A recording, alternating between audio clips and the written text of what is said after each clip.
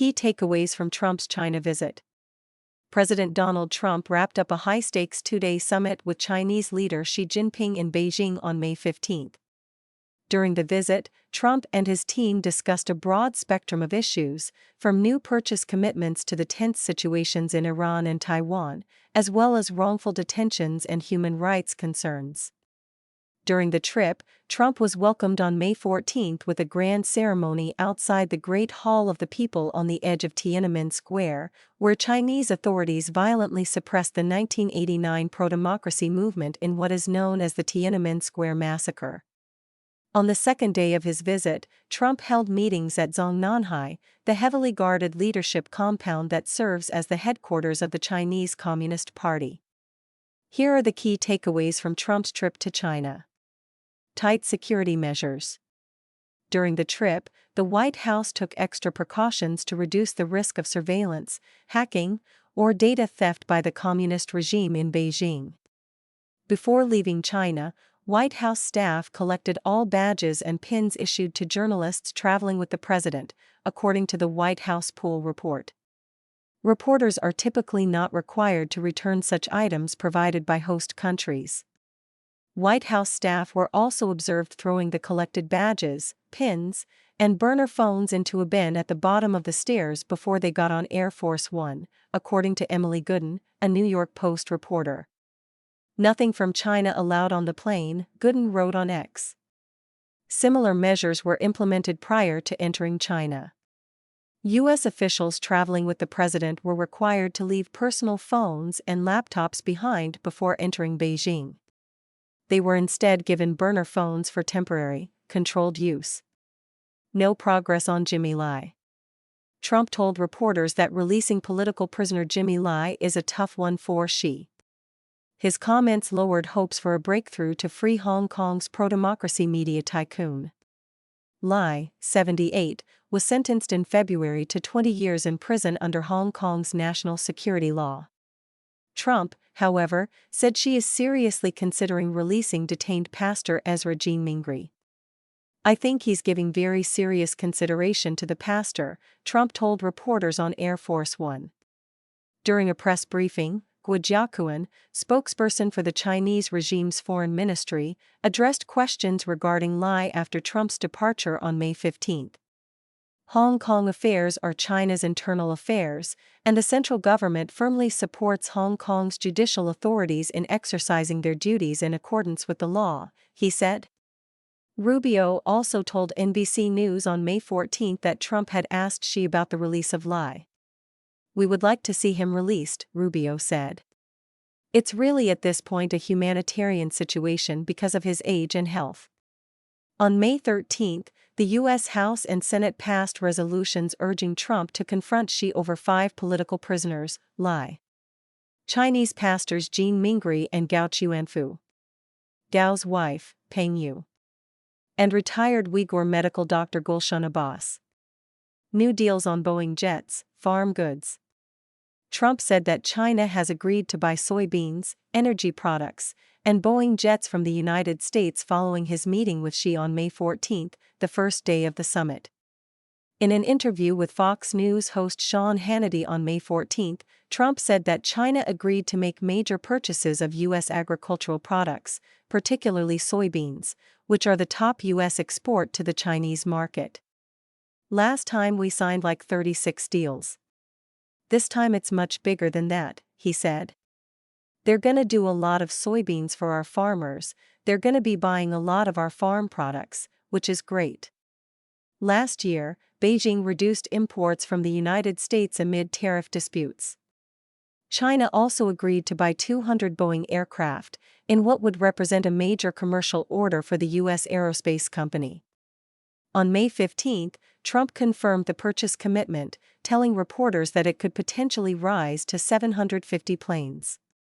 Trump also said the planes would have GE Aerospace engines. Trump also said that she responded positively to his suggestion that Beijing purchase oil and LNG from the United States. China is the largest buyer of Iran's sanctioned crude oil. "We're going to start sending Chinese ships to Texas, and to Louisiana, and to Alaska. And I think that was another thing that was agreed to. That's a big thing, the U.S. president told Hannity on May 14. When asked whether China would order 200 Boeing jets at a regular briefing on May 15, Guo Jiaquan, a spokesperson for the regime's foreign ministry, did not give a direct answer, saying only that the essence of U.S. China economic and trade relations is mutually beneficial. As for further agricultural deals, Guo said China is willing to work with Washington to implement the important consensus reached by the two leaders, expand cooperation, and achieve win-win outcomes. Additionally, U.S. Trade Representative Jamieson Greer, in a May 15 interview with Bloomberg, confirmed that the United States and China would establish a board of trade to manage trade flows of non-sensitive goods. Trump said he didn't discuss tariffs with Xi. They're paying substantial tariffs, but we didn't discuss anything, Trump told reporters on Air Force One. It wasn't brought up. U.S. and China align on Iran, Trump says. According to Trump, Xi agreed during their discussions that Tehran must reopen the Strait of Hormuz. The president also stated that both countries agreed Iran must never possess a nuclear weapon. During the visit, Trump and his team made it clear to Beijing that reopening the Strait of Hormuz is in China's best interest. I didn't ask him to put pressure, because I don't need favors, Trump told reporters. I think, automatically, he'd like to see it opened up. China is the main buyer of Iranian crude. In 2024, about 10% of its imports came from Iran, and around 90% of Tehran's crude oil exports are directed to China, according to the U.S. Energy Information Administration. Trump told Hannity that the Chinese regime does not intend to stop buying energy from Iran. Said he's not going to give military equipment. That's a big statement, Trump told Hannity. But at the same time, he said they buy a lot of their oil there, and they'd like to keep doing that. Trump told reporters on Air Force One that he will decide in the coming days whether to lift sanctions on Chinese oil companies purchasing Iranian oil.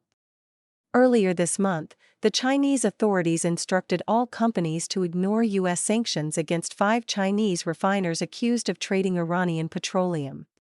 Iran sourced much of its military equipment and conventional weapons from China in the 1980s, but due to increased international scrutiny, such transfers largely stopped over the past decade.